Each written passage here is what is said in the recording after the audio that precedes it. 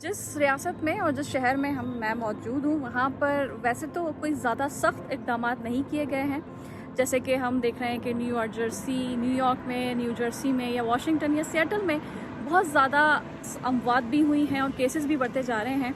तो यहाँ पर उस तरह के हालात तो नहीं है, लेकिन यहाँ पर सिर्फ स्टे एट होम जो कि 5 बजे के बाद से कहा गया है कि आप अपने अपने घरों में रहिए और सोशल डिस्टेंसिंग को जो है मेंटेन कीजिए। तो मास्क पहनने के हवाले से भी हम देखें अगर तो वो भी इतनी ज़्यादा उसमें सख्ती नहीं की जा रही है, लेकिन कुछ जगहें हैं ऐसी जहाँ पे स्टोर्स हैं, ग्रोसरी स्टोर्स हैं, वहाँ पे कहा जाता है कि आप ये तमाम तर जो हिदायत हुकूमत की तरफ से दी जा रही हैं आप उस पर अमल दरामद करें।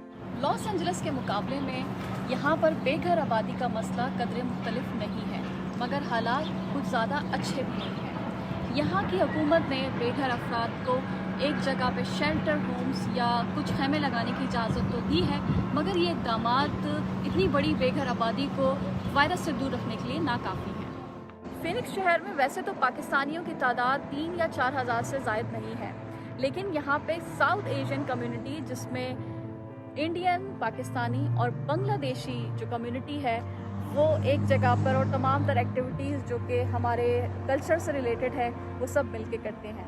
मैं यहाँ इस वक्त एक ऐसे ही पाकिस्तानी और इंडियन रेस्टोरेंट यानी हलाल ग्रिल के नाम से जो कि मशहूर है यहाँ का, वहाँ उसके सामने खड़ी हूँ।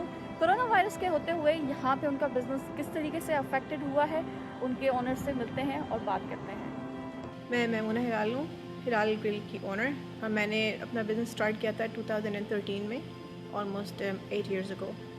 तो अल्हम्दुलिल्लाह मैंने अच्छे से अल्हम्दुलिल्लाह बिल्ड कर लिया था सारा बिज़नेस। अब तो थोड़ा सुकून का टाइम आया था, बट मैं दोबारा वापस पीछे चली गई हूँ जहाँ से स्टार्ट किया था।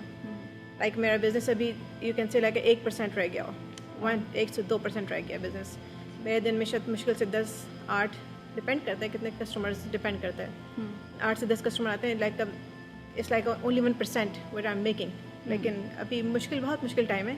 बहुत शुक्रिया। मैमुना हमारे साथ इस वक्त मौजूद थी और हमने तमाम तर सोशल डिस्टेंसिंग को करते हुए इस वक्त सिर्फ यही कोशिश कर सकते हैं कि ये नहीं पता कि इस वायरस का आखिर में क्या होगा और कब तक ये हालात इसी तरीके के रहेंगे।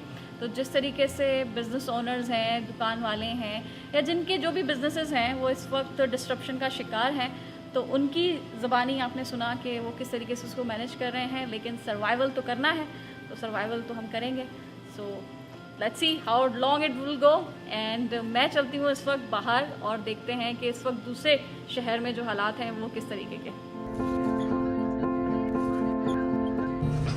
तमाम तर स्टोर्स में एहतियाती तदाबीर रखी जा रही हैं। उसी तरीके से यूपीएस स्टोर में जहां मैं आज अपना एक पैकेज रिटर्न करने आई हूँ, वहाँ पे भी इस चीज़ का ख्याल रखा जा रहा है कि इस जगह पर सोशल डिस्टेंसिंग मेंटेन की जाए और साथ ही साथ जो ग्राहक और कस्टमर्स के साथ और जो उनके ऑफिशियल्स हैं, जो शॉपकीपर्स हैं, उनके साथ भी डिस्टेंस बना रहा है, जिसकी वजह से ये शील्ड जो है यहाँ पे लगाई गई है। और कोशिश की जाती है कि यहाँ पर इस वक्त मौजूद इस दुकान में सिर्फ 3 या 4 से ज़्यादा अफराद एक वक्त में मौजूद ना हो।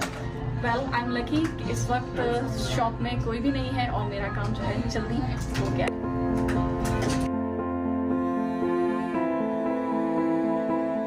ये Islamic community centre of Phoenix है, जिसके बायस हम देखें अगर मामूल में ज़िंदगी हो तो यहाँ पर जितनी भी मुस्लिम कम्युनिटी है वो अफ्तार करने को मसाजिद में तरजीह देती है।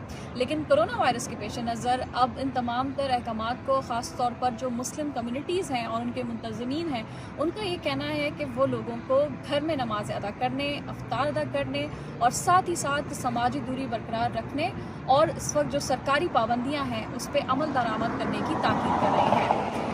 अमेरिका की फ़िक़ा कौंसिल ने एक बयान में ये भी जारी किया है कि इस वक्त की सूरत हाल अगर यकसा रही और आने वाले दिनों में हालात नहीं बदले तो वो तरावी को भी और ईद की नमाज को भी घर में पढ़ने को तरजीह देंगी।